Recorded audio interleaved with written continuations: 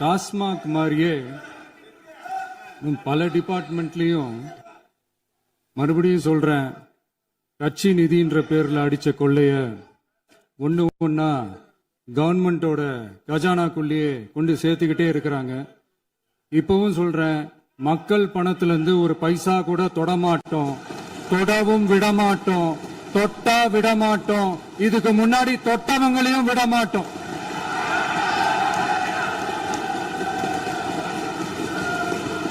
ஒவ்வொரு ஊழலா வெளியில வரும் போலே, ஒவ்வொரு வேஷமா கலைஞ்சிரும் போலே, இங்க இருக்கிற நிறைய பேரு நடுங்கி போய் இதுல நம்ம மேல அவதூறு வேற. இப்ப புதுசா ஒரு வெப்பன் ஒண்ணு கொண்டு வந்திருக்காங்க. அது என்ன தெரியுமா? அவங்க தயவால தான் நம்ம ஆட்சி நடக்குதான். மக்கள் தயவால இந்த ஆட்சி நடந்துகிட்டு இருக்கு. மனசாட்சி உள்ள சக்திகளோட ஆதரவால இந்த ஆட்சி நடந்துகிட்டு இருக்கு. நாங்க தான் அனுப்பி வச்சோம் அப்படின்றாங்களே. அனுப்பி வச்சவங்களுக்கு மினிஸ்ட்ரியில இடம் கொடுத்தா ஏன் கதறீங்க? ஏன் இவ்வளவு கோபம்? ஏன் இவ்வளவு கதறல்?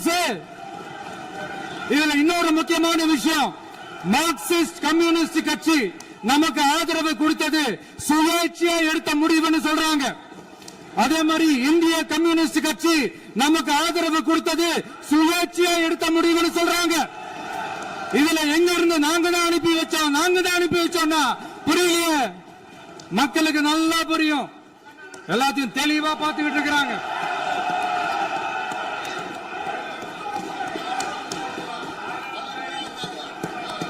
முதலமைச்சர் கண்டினியூ பண்ணலாம். மாண்பு முதலமைச்சர்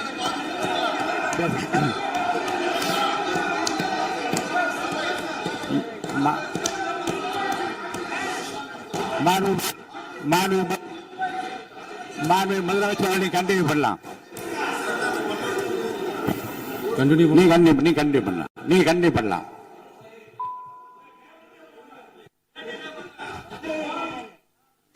இந்த சமூக நீதி அரசுன்னு சொல்றவங்களை பார்த்து கேட்கிறேன், நம்ம பட்டியலின சகோதரர்களுக்கு எத்தனை அமைச்சர் பதவி கொடுத்தீங்கன்னு கொஞ்சம் சொல்ல முடியுமா? ஆனா நம்மளுடைய அரசுல 8 அமைச்சர் பதவிகள் யாருக்கு? நம்ம பட்டியலின சகோதரர்களுக்கு. எல்லாம் நம்ம அண்ணன், நம்ம தம்பி, நம்ம தங்கச்சிங்க. அண்ணல் அம்பேத்கர் அவர்களுடைய கிட்டத்தட்ட 100 ஆண்டு கால கனவு இப்ப நிறைவேறி இருக்கு. நான் ஏன் கொஞ்சம் சவுண்டா பேசுறேன் அப்படின்னா அவங்களுக்கு கேட்கணும்ன்றதுக்காக தப்பா எடுத்துக்காது. அதே மாதிரி பெண்களோட பாதுகாவலர் நாங்க தான் அப்படின்னு சொல்லிக்கிறவங்களை கேட்கிறேன், எத்தனை பெண்களுக்கு அமைச்சர் பதவியில இடம் கொடுத்தீங்க கொஞ்சம் சொல்ல முடியுமா? எங்க அரசுல 4 சகோதரிகளுக்கு அமைச்சர் பதவி கொடுத்திருக்கிறோம்.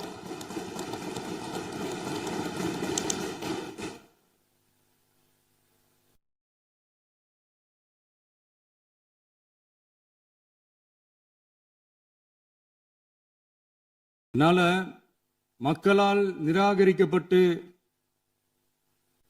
மக்களால் அகற்றப்பட்டவங்களுக்கு ஒண்ணு சொல்லிக்கிறோம், தப்பே செய்ய மாட்டோம், ஊழலே செய்ய மாட்டோம், நேர்மையா தான் இருப்போம், நியாயமா தான் இருப்போம் அப்படின்னு சொல்றவங்களால மட்டும்தான் கூட்டணி ஆட்சி அமைக்க முன்வரும்.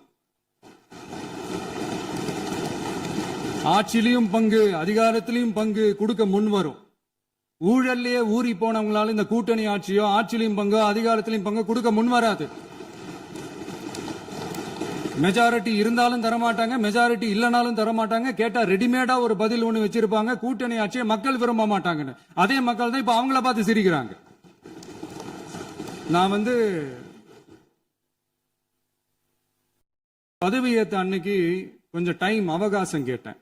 எதுக்கு கேட்டேன்? நிதி நிலைமைலாம் கொஞ்சம் மோசமா இருக்குது, அதெல்லாம் கொஞ்சம் சரி செஞ்சுக்கிட்டே படிப்படியா கொஞ்சம் கொஞ்சமா நான் கொடுத்த வாக்குறுதிகள்லாம் செயல்படுத்துவேன், அதுக்காக கொஞ்சம் டைம் அவகாசம் கேட்டேன்.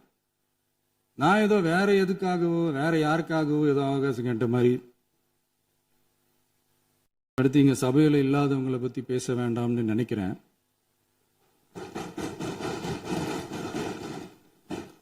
இங்க நம்மளை பத்தி அவதூறு பரப்புறதோட மட்டும் இல்லாம இப்ப நம்ம மக்கள் மேலேயும் அவதூறு பரப்ப ஆரம்பிச்சிட்டாங்க.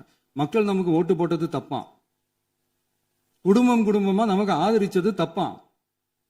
இது இப்ப இல்ல, நான் சொல்றது எம்ஜிஆர் அவர்கள் காலத்திலிருந்தே. அப்பவே அவர் ஜெயிச்சப்போ அதே மக்களை தப்பு தப்பா பேசுறது. மக்கள் என்ன பண்ணிட்டாங்க, எம்ஜிஆர் என்ன பண்ணிட்டாரு, எம்ஜிஆர் என்ன இது பண்ணிட்டாரு. 50 வருஷமா ஒரே டெக்னிக்கா.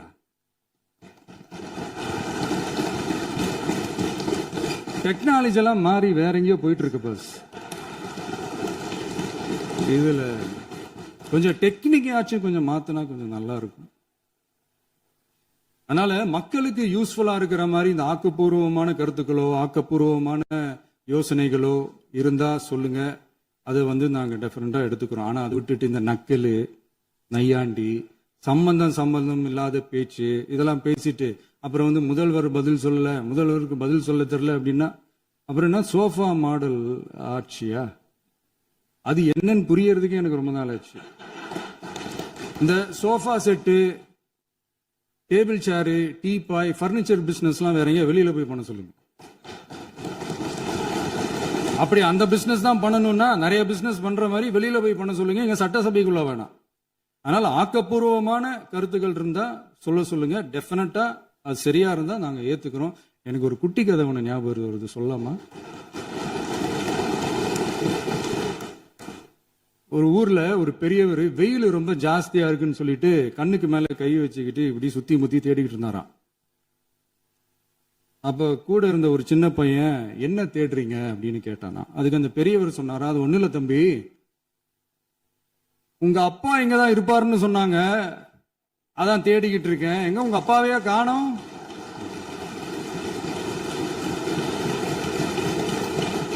இல்ல அந்த எங்களுக்கும் நக்கலா நையாண்டியா சம்பந்தம் இல்லாத குட்டி கதை இதெல்லாம் எங்களுக்கும் பேச தெரியும். அந்த கதையில பெரியவர் அப்படி சொன்னாராம், தப்பா எடுத்துக்காதீங்க. அந்த கதையில பெரியவர் அப்படி கேட்டாராம். அதனால யாரும் இங்க டென்ஷன் ஆக வேணாம். அதனால இன்னொரு இந்த என்னுடைய உரையை முடிக்கிறதுக்கு முன்னாடி போயிட்டாங்க, பேசலாமா?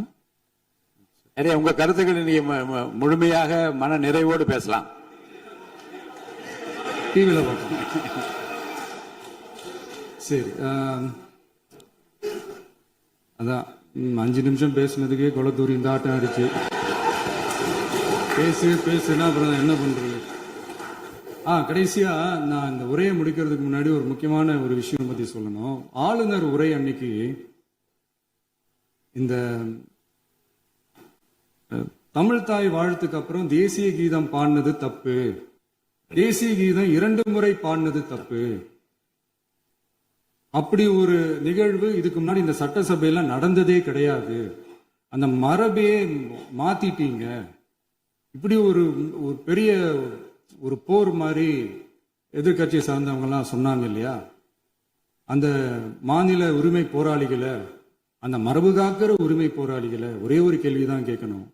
2021 ஆகஸ்ட் 2 ஞாபகம் இருக்கா?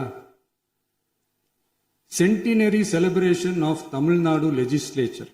அந்த ஃபங்க்ஷன்ல நம்ம முன்னாள் முதலமைச்சர் கருணாநிதி அவர்களோட சாரி கலைஞர் அவர்களுடைய கலைஞர் அவர்களுடைய புகைப்படத்தை மாண்புமிகு குடியரசுத் தலைவர் திறந்து வைக்கிற ஒரு ஃபங்க்ஷன். அந்த ஃபங்க்ஷன்ல national anthem followed by Tamil Thai Vazhthu அப்படின்னு அறிவிச்சது ஞாபகம் இருக்கா? அதாவது தேசிய கீதத்துக்கு அப்புறமா 2வது முறையா, நோட் திஸ் பாயிண்ட் மாண்புமிகு பேரவைத் தலைவர் அவர்களே, பிளீஸ் நோட் திஸ் பாயிண்ட். தேசிய கீதத்துக்கு அப்புறம் 2வது முறையாக தமிழ் தாய் வாழ்த்து பாடப்படும் அப்படின்னு சொன்னது ஞாபகம் இருக்கா? அதுவும் முத்தமிழ் அறிஞர் அப்படின்னு சொல்ற நம்ம கலைஞர் அவர்களுடைய அந்த புகைப்படம் வெளியிட்டு விழாவில் அவர் இருந்த இதே சபையில தமிழ 2வது இடத்துக்கு தள்ளினது யாருன்னு ஞாபகம் இருக்கா? அது மட்டும் இல்ல, அந்த தேசிய கீதத்தை நாட்டுப்பண் நேஷனல் ஆந்தம்னு சொல்லி அதே ஃபங்க்ஷன்ல கடைசியா ஃபங்க்ஷன் முடியும் போது செகண்ட் டைம் தேசிய கீதம் பாடினதும் ஞாபகம் இருக்கா? இதே அவையில் தான் அது அவை குறிப்பிலும் இருக்கிறது. இதே அவையில் தான் நடைபெற்றது. இந்த தக்க நேரத்தில் இந்த ஆதாரங்களை அளித்த மாண்பு முதல் அவர்களுக்கு நன்றியை தெரிவித்துக் கொள்கிறேன். டவுட் இருந்தா இந்த புக்கை பார்த்து தெரிஞ்சுக்கலாம். அதனால கேட்டா என்ன சொல்லுவாங்கன்னா, அது ஜனாதிபதி கலந்துகிட்ட ஃபங்க்ஷன், அதெல்லாம் அப்படிதான், அதெல்லாம் கண்டுக்க கூடாது அப்படின்னு சொல்லுவாங்க. இதே மாதிரிதான் பேசுறது ஒண்ணு, செய்யறது ஒண்ணு, செய்யறது ஒண்ணு, பேசுறது ஒண்ணு. இதெல்லாம் மக்கள் பார்த்துக்கிட்டு இருக்காங்க. எலெக்ஷனுக்கு முன்னாடி தான் அப்படி செஞ்சுக்கிட்டு இருந்தாங்க. இப்ப எலெக்ஷனுக்கு அப்புறம் அதே தான் செய்யறாங்க. இந்த விஜயையும் சாமானியர்களின் உண்மையான சமூக நீதி அரசையும் அவமானப்படுத்துறதுக்கு தான் அவங்களோட அந்த பொலிட்டிக்கல் சீனியாரிட்டி அது பயன்படுத்துது போல. சரி, செய்யட்டும் செய்யட்டும், நல்லா செய்யட்டும். இப்போ ஆனாலும் நம்மளுடைய மாநில உரிமை, மொழி உரிமை, உத்தம உத்தரர் போல வேஷம் போடுற எதிர்கட்சிக்கு ஒன்றை மட்டும் ஆணித்தரமாக சொல்றோம். உங்களை மாதிரி தமிழ் தமிழ்னு சொல்லிக்கிட்டு, மொழி, பண்பாடு, கலாச்சாரம்னு சொல்லிக்கிட்டு ரெட்டை வேஷம் போடுறவங்க நாங்க கிடையாது. உலகெங்கும் வாழும் என் தமிழ் சொந்தங்களுக்கு நம்முடைய உத்தரவாதம் தமிழ் தான் எங்க உயிர் நாடி அப்படின்றத மறக்க மாட்டோம். இப்பவும் சொல்றோம், மாநில உரிமையில எப்பவும் உறுதியா இருப்போம். அதே சமயத்துல அரசியல் வேற, ஒன்றிய மாநில அரசுகளுக்கு இடையே இருக்கிற நிர்வாக அணுகுமுறை வேற. இதுல நாங்க ரொம்ப தெளிவா இருக்கிறோம். அதனால எங்களுக்கு பாடம் எடுக்கிறதா நினைச்சுக்கிட்டு உங்க வேஷத்தை நீங்களே கொஞ்சம் கொஞ்சமா கலைச்சுக்கிட்டே வரீங்க, மறந்துடாதீங்க. அப்புறம்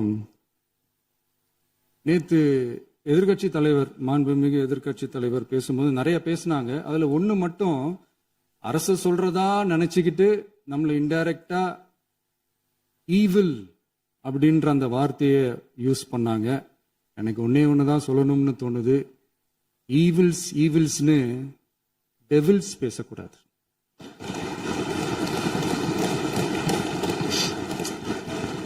அவங்க இருந்திருந்தா ஒரு ஆக்ஷன் பண்ணணும்னு எனக்கு தோணுச்சு. எல்லாரும் போயிட்டாங்க. இல்ல, பர்மிஷன் பண்ணலாமா? இப்பவும் பண்ணலாம், ஒண்ணும் தப்பு இல்ல.